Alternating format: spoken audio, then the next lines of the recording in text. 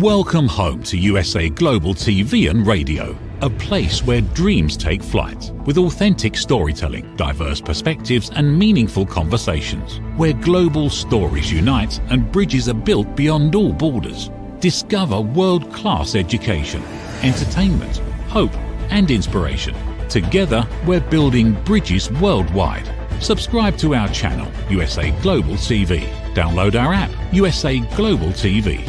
Be our guest or join our team. Visit usaglobaltv.com. Thanks to our founder and executive producer, Dr. Jacalyn Kerbeck. Music score by Yeffy Tang from Cloud Road Music. Voiceover artist Mike Porter. Creative direction by Paul Garcia. USA Global TV and Radio. Your home for global connection. All rights reserved. This video and its contents are the exclusive property of USA Global TV and Radio. Unauthorized use, duplication or redistribution in any form is strictly prohibited.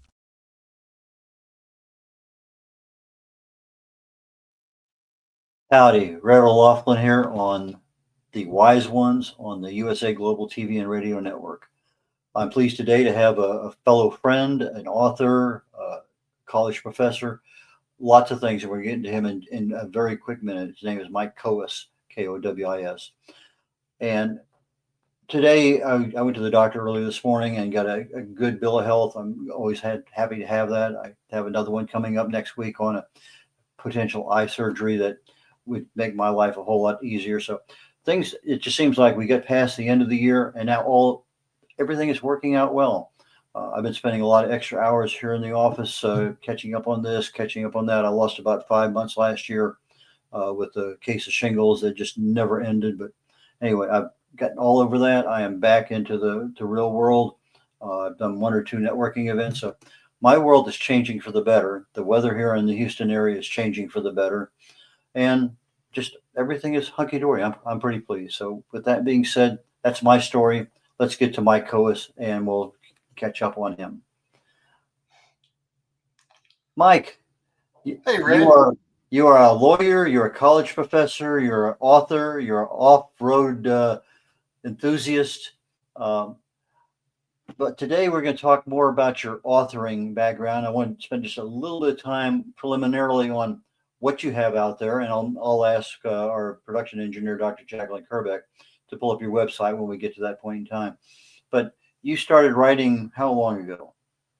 About 8.5 years ago, my first book came out, but I started writing, of course, before that. Probably took me 4 years to write that first book. So probably a dozen years ago when I started writing seriously. Okay, so the first book took you a little bit of time, like all of us. And then the next one wasn't so hard, and the next one wasn't so hard. Now you have 11 books out in 8 years, published books. And that's a different animal than just writing a book, is getting it published and marketing it and tracking it and getting those royalty checks and everything like that. So do you use the same editors that you use now today for the ones you did 8 years ago? No, I've changed slowly over time, and I kind of like using different editors because I learned different things from different people. The first editor was a fellow named Jeff Smith out of New York, and he had worked with Scholastic, which is they publish K through 12 materials for for public schools, etc. And I learned a lot from him. He was really strong on just the grammatical rules and the writing. His I guess specialty was the Chicago Manual of Style or whatever. So he really knew the grammar rules inside and out, and we would have these long discussions on, is that a hard rule or is that a stylistic rule or whatever, and we debate back and forth how to word certain paragraphs. So anyway, I learned a lot from him. My next editor is a local fella out of the Woodlands, Kurt Locklear, and he's also an author himself. And I learned a lot because he was real big on white space, having some white space on the page. In other words, writing briefly and keeping things concise and small. And if you write nonfiction like me, using bullet points and not just being wall-to-wall words across the page. And if you think about it, it makes a lot of sense because a lot of folks today, especially the younger crowd, used to Twitter, 280 character maximum on their post, that sort of thing. So they like these small chunks, to read in small chunks. And so that's kind of the style I took on after I hired Kurt for some of my books. And And it really has worked well. I feel like my writing has gotten better because I learned different things from different editors over time. Okay, one of the main points that I asked you to come on today was that you're probably one of the more successful authors that I know. And by success, meaning literally for a new author to sell more than 100 books is, a rarity. But you do have those people who sell 500,000, 5,000 or more books. And so you sold that first book. And let's go ahead and bring up your website. I want people to see which book we're talking about here, because I think on the second part of your website, the part that says books. Actually, I guess the homepage. Yeah. Yeah, you can just scroll down. You'll see some of them. Okay, so with that up there, which was your first book, the 14 Steps to Self-Publishing, or That another was one? my second book, but also my biggest seller. If you scroll all the way, or I'll scroll down a little bit, you'll probably get to it. It's called Engaging College Students, a fun and edgy guide for professors. Keep going. There you go, the one on the right. That's my first book, and it sold about 1,500 copies to the life of it since it came out about 8 years ago. But it's pretty much died off after the pandemic hit. That book is mainly about engaging your students. It's practical tips how to engage them in the classroom, not so much geared towards online teaching at all. And so I think that's I'm just speculating, but I think that's why sales kind of died off when the pandemic hit. But on the plus side, my self-publishing guide doubled in sales. So that kind of breathed new life into that one. So it kind of was a mixed bag for me when the pandemic hit. Okay, but I remember you talking a couple times, and you talked about, okay, I wrote my first book, I gave away a lot of them, I spent a lot of money, had great expectations, and no, it didn't quite work out that way. But then you learned a lot of stuff. You wrote a second book, and whatever you learned worked, because now all of a sudden things are starting to gel for you. So let's go through that process of what did you spend on that first book, and what did you get back, and then what did you do on the second book? Because I think marketing is really the part that changed your dynamic of actually having sales come in the door.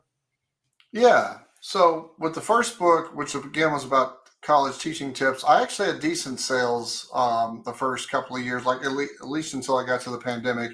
And like I said, it's been almost 1,500 sales to life, for the life of it.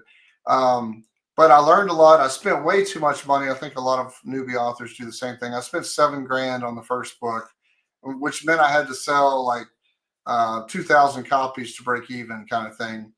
And so, like I said, I've sold almost 1,500. So I still haven't, earned my money back on the first one. The second one was the opposite. The second one just sort of came together very quickly. Like within 4 months of the first book dropping or being published, I launched the second book, and it's a much shorter book. It was a lot cheaper. I learned a lot of lessons on how to not overspend on cover design and editing, etc. And I still spent money on those things, but I was smarter about it. And I only spent about 1,500 to make the second book. Granted, the second book is only like 66 pages, and that's the one I'm talking about right now.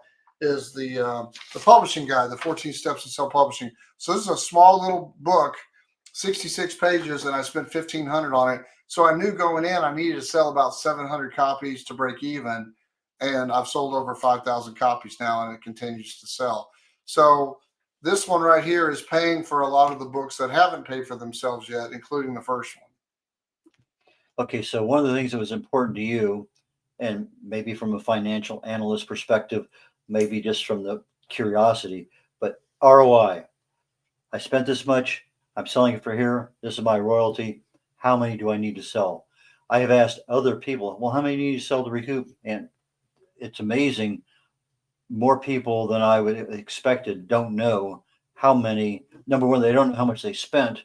Number two, they don't know how much they need to recoup and actually be on the profit side. So is this part of your business demeanor that you need to know that information? Or is this something that evolved out of you being an author? I think it's kind of from day one. I'm a OCD, a tax attorney, so I'm always very numbers oriented. I'm kind of a geek like that, if you will. And so I keep a Excel spreadsheet, and every month, if not more frequent, I update my spreadsheet with the number of sales for each title. And I also update the spreadsheet with all my income from the royalties and sometimes speaking gigs, plus all my expenses. And expenses could be, whatever it takes to hire the right vendors to get the cover design and make the book, or expenses could be ongoing, like my Amazon ads. So I've had a pretty good success rate with a number of my Amazon ads on some of my books, not all my books, but I try them on all my books because I've had really good success. About a third of all my sales year in and year out come directly from my Amazon ads. So I've had a lot of success with that. But I go into it now that I've done 11 books. I kind of know that if my budget, if you will, is $1,500 to $25 per title, and that includes marketing through the first 90 days. And so I'll go in and I'll know it. Like last year, I came out with 3 new books. I launched 3 books, and all 3 of those I spent between $2,000 to $2,500. So I'm pretty consistent about what I'm spending, and I'm very cognizant of that. I'm thinking about the money, because the more you spend on that book, the more sales you got to get just to recoup your cost. And if you want to make a profit and have money prepared and ready to help you support the next book, you just have to be, pay attention to the cost. Don't buy stuff you don't need. If you don't need a book trailer or all these fancy things, don't buy those things. Just invest in things that make sense. If you want to win book awards, for example, on my first book, I won 3 book awards, which is great, but I only needed to win 1 so I can call the book an award-winning book. And I'd entered 10 contests, and I spent $800, and that was ridiculous. So all future books, if that's my strategy to try to win at least 1 book award, I only enter maybe 3 or 4 with the hope that I'll at least win 1. And sometimes I do, sometimes I don't. But I'm not spending $800 either. So, again, I'm thinking $800, I have to sell a lot of books to recover that cost, right? So everything I spend, I'm thinking about the number of books I have to sell to get that money back. Yeah, probably a geek mentality on that one, I would guess. Yeah. Okay, so you teach college at night. You have your own business that you run during the day. You have your pleasure stuff that you do periodically with the off-road stuff. When do you find time for writing, and how consistent is it? That's a great question.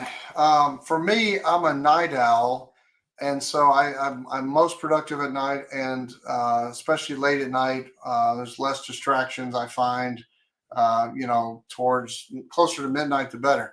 But I'm also married and to a beautiful bride of 27 years, and what I discovered in my writing early in my writing career is that if I spend all my time in the computer room after dinner until 1 in the morning, then she's not so happy, right? And I'm a big believer in happy wife, happy life.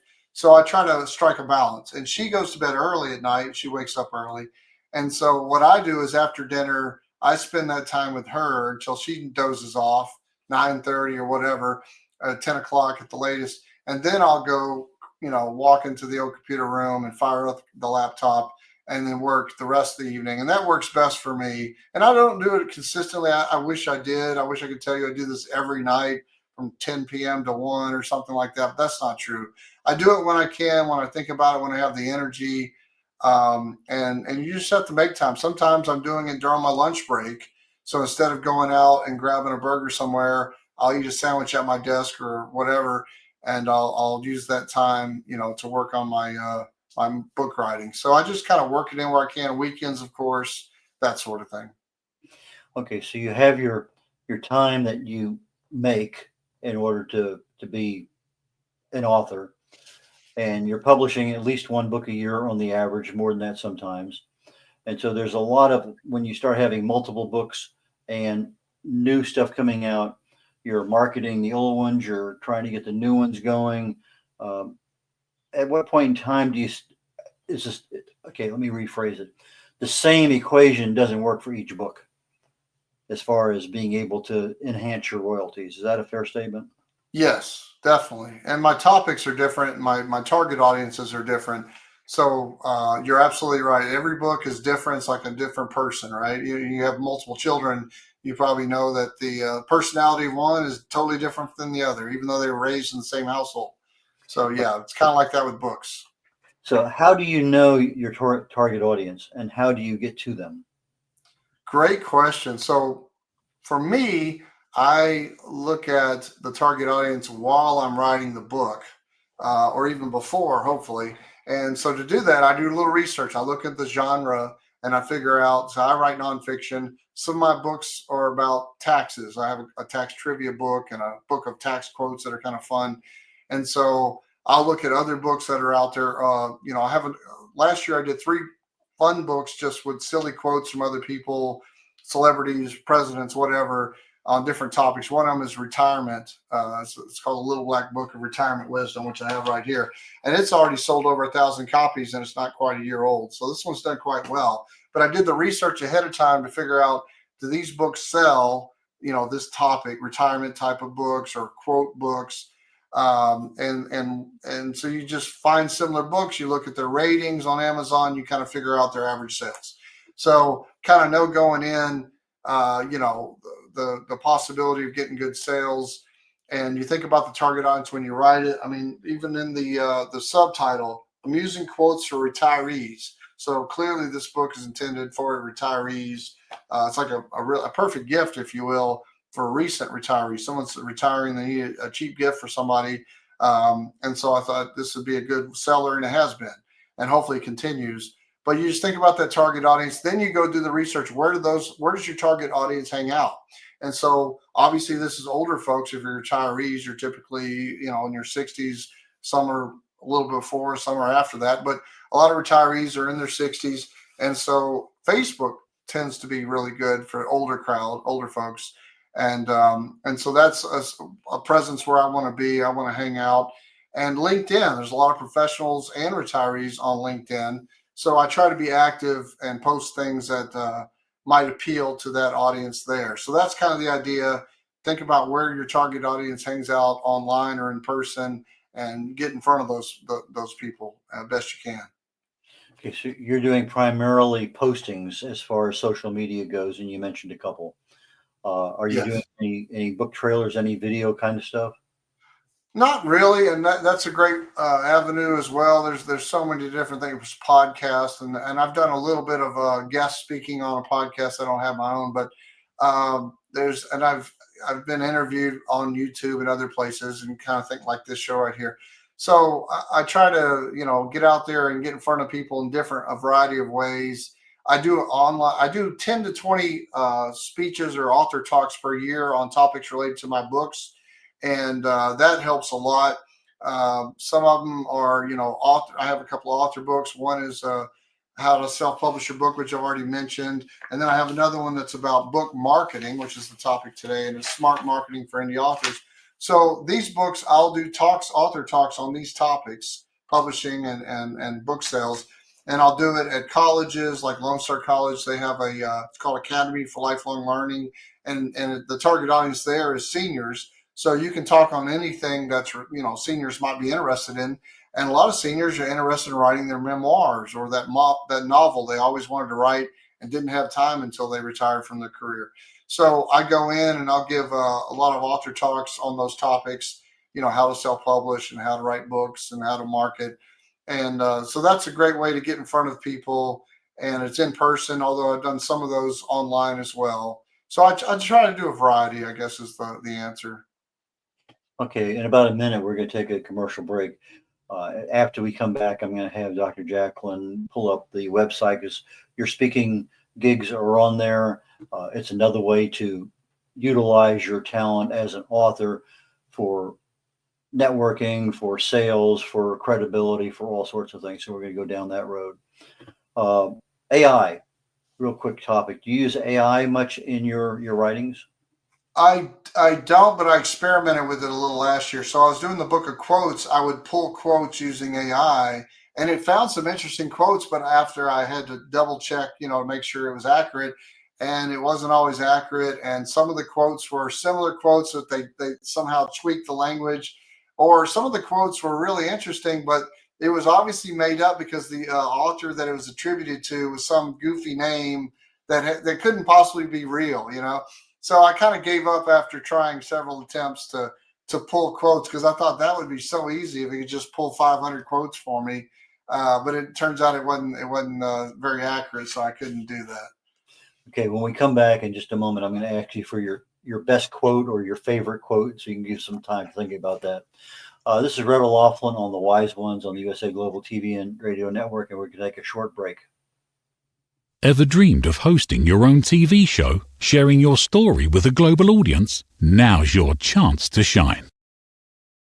At USA Global TV and Radio, we make it easy for you to create, host, and broadcast your very own TV show. Whether you're a storyteller, entrepreneur, or industry expert, we help you bring your vision to life. With our exclusive interview, live streaming, and podcasting training, you'll gain the skills and confidence to captivate your audience. Our global platform ensures your voice is heard worldwide. Join our community of creators who are already making an impact, one show at a time. Step into the spotlight. Host your own TV show on USA Global TV and Radio. Book your discovery call today at usaglobaltv.com. Copyright 2025 USA Global TV and Radio. All rights reserved. Terms and conditions apply. To learn more, visit usaglobaltv.com. Howdy, red-olaughlin here. We're on the Wise Ones on the USA Global TV and Radio Network. And I'm honored today to have a good personal friend, a fellow author here in the Houston area, Mike Kowis, Kowis. So Mike, please join us again. Hey, Red. And I promised to ask you, do you have a favorite quote that you want to share with the audience? Yeah, I do. And this one comes from my the little book of quotes about retirement. So it's a little black book of retirement wisdom. And one of them, and this is from Chichi Rodriguez. There are a lot of people, if you're golfing fans, you know who he is. He's a silly guy, a real interesting character. But this quote is from him. He says, when a man retires, his wife gets twice as much husband for half as much money, which I think is pretty true. So, yeah, Chi-Chi's been quite a character over the years, hasn't he? Yeah, definitely. Okay, Dr. Jacalyn, would you please bring up Mike's website?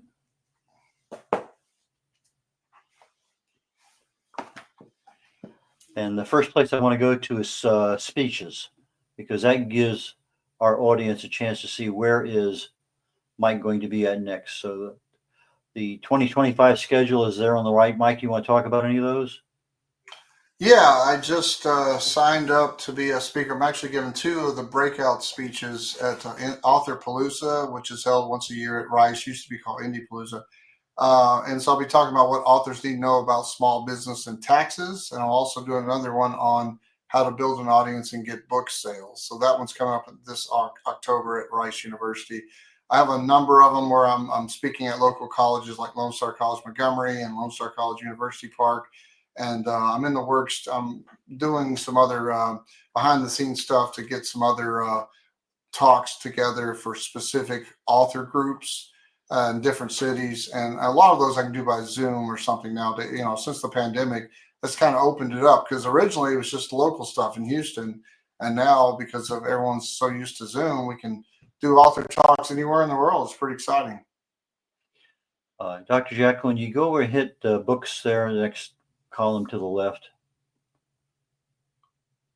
Let's go down one of these, each one, and just kind of give me a brief synopsis so that our audience knows what you have out there, and then we'll talk later on about where they get the books at. Sure. So the top 3 you see here, they all came out last year, 2024, and they're all just silly books of quotes, amusing quotes. Some of them are thought-provoking. The one that's on, I have another one. It's called Little Black Book of Tax Wisdom. I think if you scroll down, you'll see that somewhere. But these here are just really just some silly books of quotes, and they seem to be quite popular. So the one on the left, the Little Black Book of Tax Wisdom. So there's a quote here. If you know anything about ethanol and how the farmers and they use a certain percentage of corn farmers to make the ethanol. Here's a quote from Paul Gillot.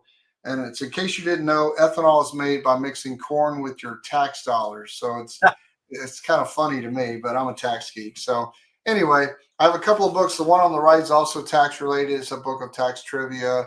And then the one in the middle there is one of my hobbies. As you mentioned, I do off-road racing. I had a race last weekend near Waco.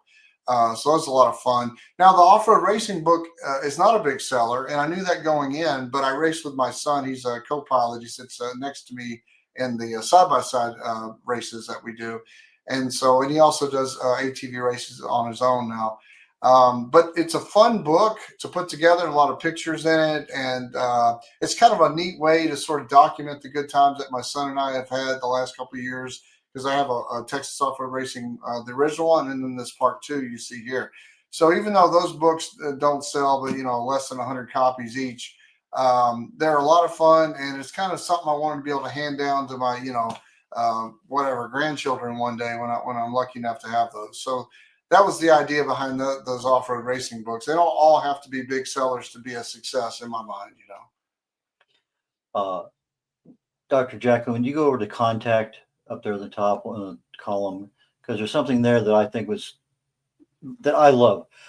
I work with a lot of different people, and I want to get in touch with them. I go to their website, and they have a Calendly deal. There's no email, there's no phone number, there's no website. It's just contact me at this Calendly, pick a date and a time, and we'll get, well, that's nice, but there's other information that you should be willing to, you're in business, you should be willing to share it. And I pulled this thing up and I was looking at it and said, whoa, there's a phone number.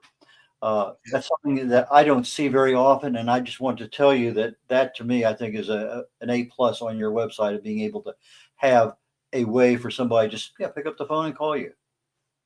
Yeah, and I was a little nervous when I'll be honest, when I first put it on there, and I thought I'm going to get a bunch of spam calls and people trying to take advantage, but really it hadn't been worked out like that at all. I mean, I do get spam, everyone does, but occasionally I'll get calls out of the blue from some stranger who read a book and just want to let me know they really appreciate it, they learned a lot, or they enjoyed it. And it's very heartwarming to get those kind of calls. I don't get them every day. I wish I could say I do, but when I get them, it's always it's very inspirational, and it makes me want to write more books.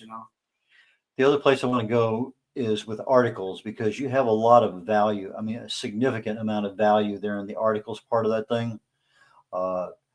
If Dr. Jacalyn would just pick any one of those that's there, I was just kind of browsing through that. Whoa, that's a lot of good information. So you share a lot of stuff, particularly with regard to being an author, running a business as an author. And if you don't know what you're doing, Mike's already done the research for you. In many cases, it's hard-learned lessons that he has spent his time and money on. So I thought that your articles were exceptionally well done. I think there was one there particularly on being an entrepreneur and being an author that I thought you encapsulated very well, with a lot of acronyms that you expanded on to make it easier to understand what's going on. So from that perspective, I thought you did an exceptionally good job. Thank you, Red. Appreciate that. Okay, so let's go ahead and continue on down our road of you and marketing and your book success. Do you use a publicist at all, or are you your own publicist?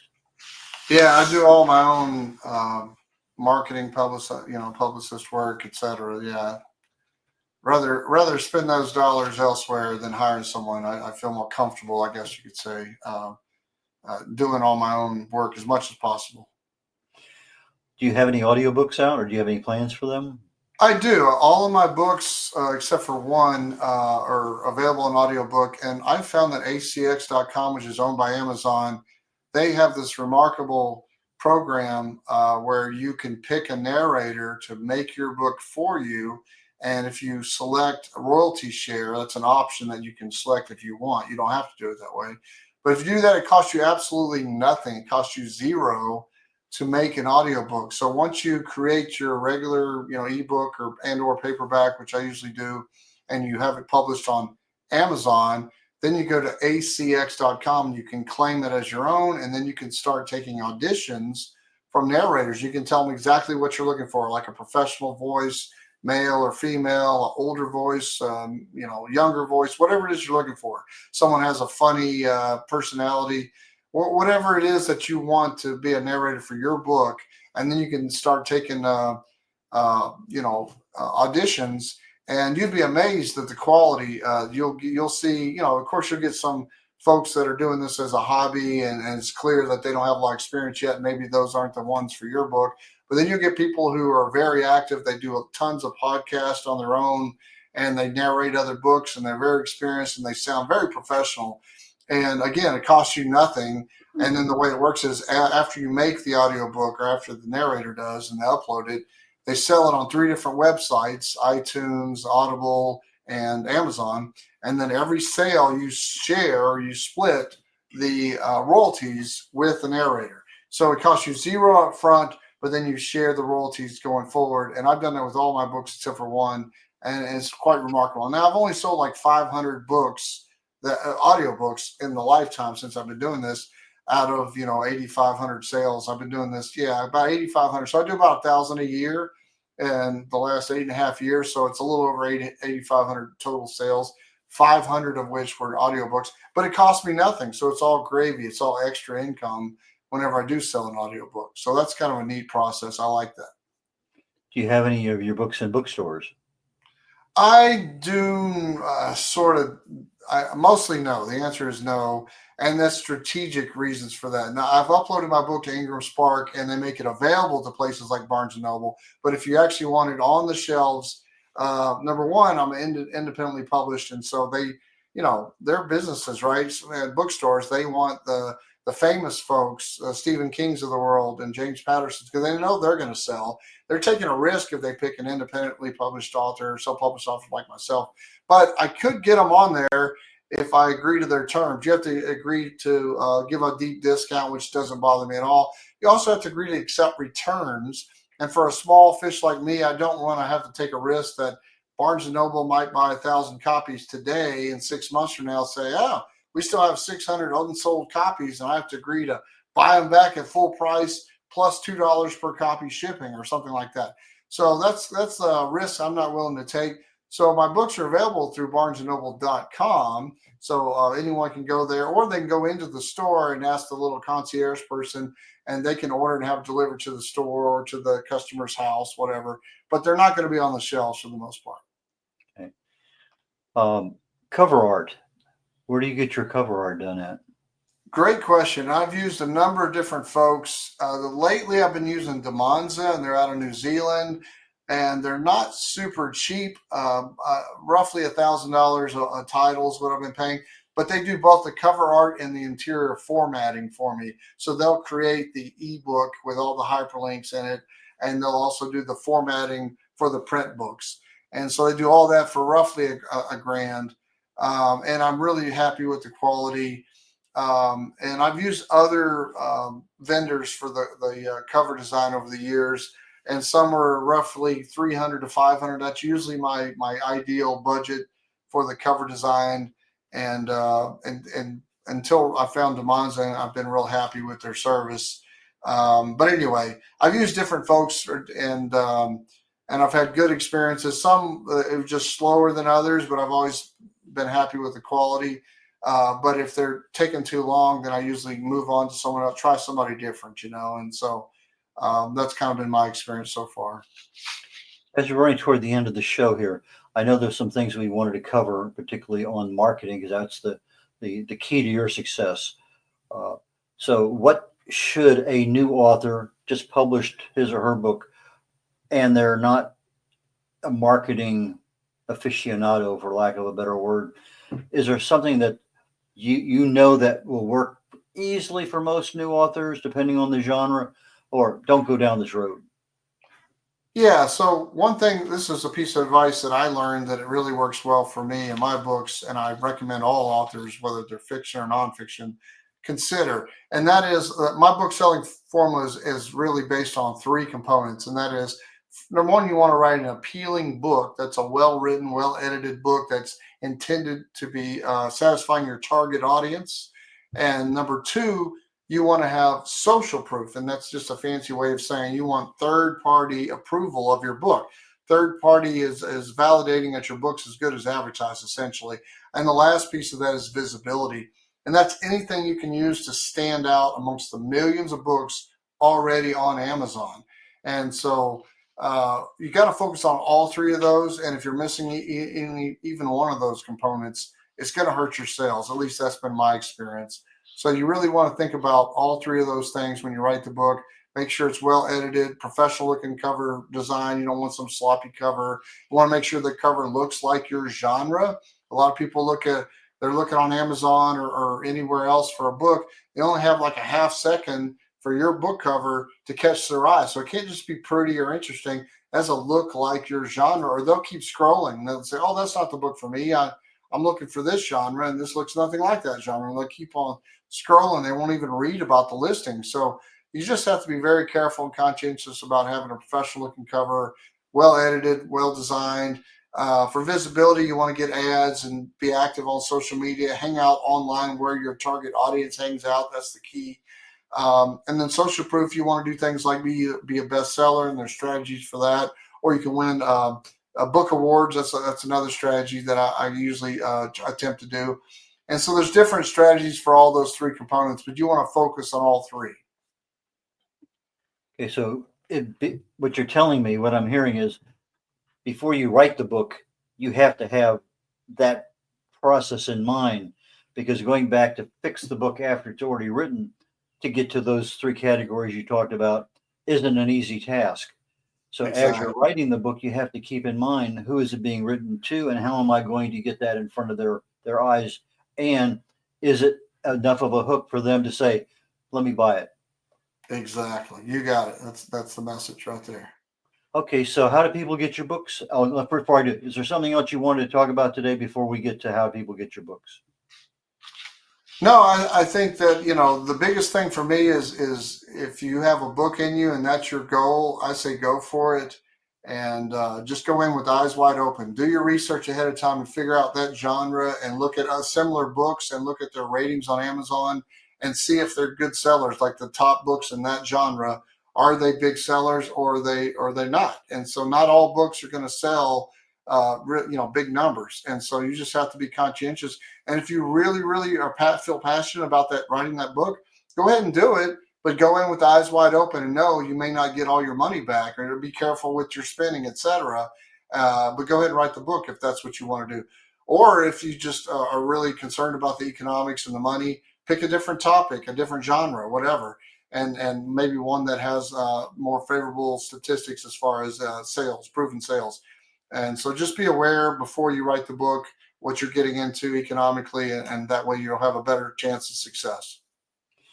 Okay, so people can go to your website, mikekowis.com. It's MikeKowis.com, or they can reach you at mike.kowis.esq@gmail.com. That's for our audio audience that will be joining us later. With that, unless you have any last minute comments, I'm going to go ahead and conclude today's show. Yeah, that's it. You can find all my books on Amazon.com. Just look up Mike Kowis. You'll find them all right there. Fantastic. Mike, thank you for your time today. I really enjoyed it. You provided a lot of value, and that you always do. So thank you again. And I look forward to seeing you in person one of these days here in the near future. Thank you, Red. Okay, this is red-olaughlin, and we're concluding today's show called The Wise Ones with Mike Kowis. Talked a lot about his successful authoring career as an independent publisher and 8,500 books over the last 11 books he's written and 8 or 10 years worth of time that he's been writing. We have another show coming up literally in about 21 minutes called Talking Heads. It's a show that I do by myself on the USA Global TV and Radio Network. And I pick a topic. My topics generally have something to do with some aspect of health and wellness. I decided a short while ago, probably November, December, that rather than do a series of 4 or 5 or 6 weeks on a particular topic like cancer or weight loss or whatever, that I would do a single topic. And I think that's been working out pretty well.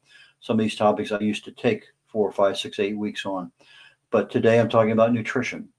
And the focus is, what would I do? Knowing what I know, let me share that with others. So today we're going to talk about nutrition and how do I approach nutrition? What do I think about it? How does it work for me? And try to dispel some myths about it a little bit. And with that, I'm going to go ahead and conclude our show. This is The Wise Ones on the USA Global TV and Radio Network. Red-olaughlin signing off. Take care, y'all. In a world full of noise, misunderstandings, and interruptions, master the art of listening with Dr. Jacalyn Kerbeck. Dr. Jacalyn Kerbeck is the listening mentor of USA Global TV and Radio and the Amazon #1 best-selling author of Mastering the Power of Elevated Listening. Elevate your listening. Elevate your life.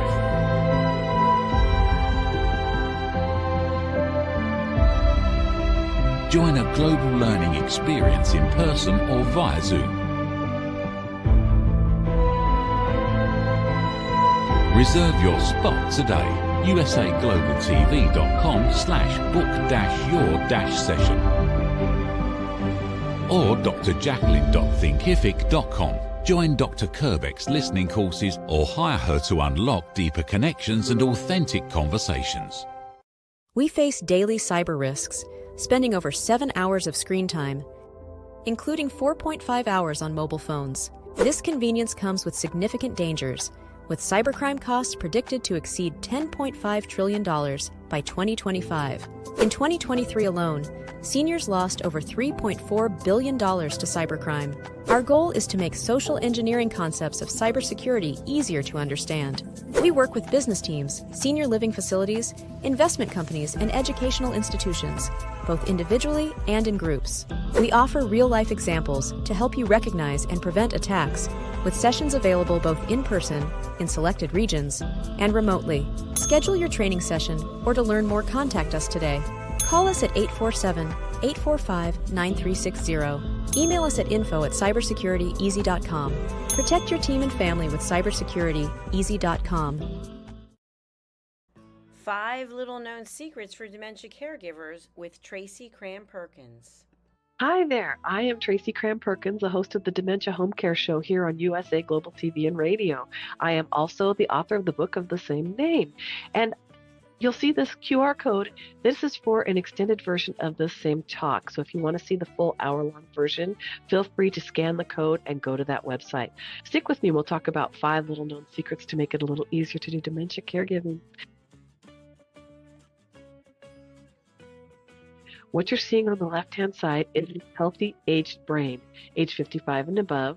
The one you're seeing on the right is an Alzheimer's disease brain. It is in moderate disease. It is shrinking. It has holes in it. The memories that were in those holes no longer exist. When you're learning something, let's say in kindergarten, you learn how to tie your shoelace. Well, then by the time you're in 2nd grade, your brain remembers that information from tying the shoelace and applies it so you can learn more quickly how to tie more complex knots. So the brain is hardwired to do this for us, so it helps us learn faster so it doesn't take us long to acquire knowledge. The brain is looking for the information and they pick the closest to wherever that hole is. Let's look at some tips that we can use to help do that. These are 5 simple tools you can use as a dementia caregiver to help your loved one. The whiteboard is a useful tool in recording the day's activities and the answers to repetitive questions. The calendar clock is a very useful tool to orient your loved one on the day, the date, and the time, and remind them of upcoming appointments. The communication cards are a great tool to bridge the gap when they can no longer tell you what's wrong. And then there's the pill minder, for when your loved one is still able to take pills but needs prompting.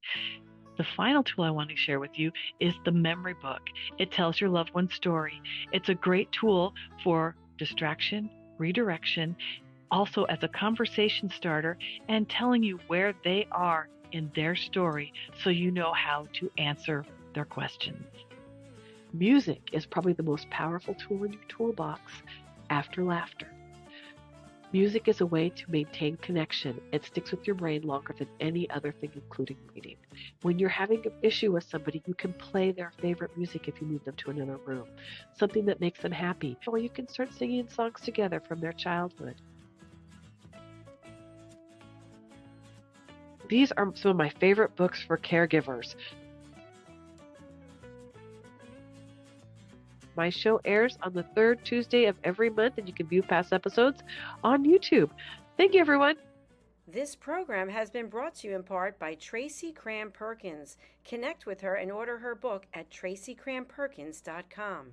For more information about Alzheimer's disease, support resources, and how you can help, contact the Alzheimer's Association at 1-800-272-3900 or visit their website at www.alz.org. They offer 24/7 helpline support and a wealth of information to assist you and your loved ones. Have you ever felt unheard? Like your words float into a void, leaving you invisible and disconnected? How about feeling judged, when assumptions overshadow your truth, leaving you misunderstood and defensive? And then there's that moment when someone offers solutions you never asked for, dismissing your feelings and leaving you more frustrated than before. It doesn't have to be this way. Dr. Jacalyn Kerbeck, the listening mentor, understands. She's here to help you reclaim your voice, build stronger connections, and create meaningful conversations that inspire understanding and mutual respect. Through her groundbreaking books, online and in-person courses, and interactive workshops, you'll learn how to navigate life's most challenging interactions. Discover the power of elevated listening and transform how you communicate. Master setting boundaries and asking permission to protect your peace. Learn to recognize and release judgment, fostering empathy and true connection. Dr. Kerbeck also offers personalized coaching, one-on-one or group sessions designed to fit your unique needs. Whether in person or virtually on StreamYard, her guidance will empower you to thrive. You don't have to struggle alone. The path to deeper connections and better relationships start here. Visit drjacalyn.com or usaglobaltv.com. Join a global community of empowered listeners and transform your life, one meaningful conversation at a time. Dr. Jacalyn Kerbeck is the listening mentor. Start your journey today. Thank you, viewers and listeners of USA Global TV and Radio, for joining us today. We're honored to have your time and attention as part of our global community. At USA Global TV and Radio, we believe in the power of authentic conversations, meaningful connections, and creating a world of possibilities together. Want to be part of something bigger? Join our team of elevated listeners at usaglobaltv.com, a space where your voice matters and your ability to listen transforms relationships. Stay connected with us across all our platforms for thought-provoking discussions, expert insights, and empowering stories. Subscribe to our channels at youtube.com/c/usaglobaltv. Follow us on social media and explore the endless opportunities we're creating for growth, learning, and inspiration. Together, we're not just broadcasting, we're building bridges and changing lives one conversation at a time. For inquiries, contact us at info@usaglobaltv.com. Music by Johnny Dies. Produced by Executive Producer and Director Dr. Jacalyn Kerbeck. Voiceover by Mike Porter. Creative Direction by Paul Garcia. All rights reserved. Copyright 2025. Visit usaglobaltv.com to view our full terms and conditions.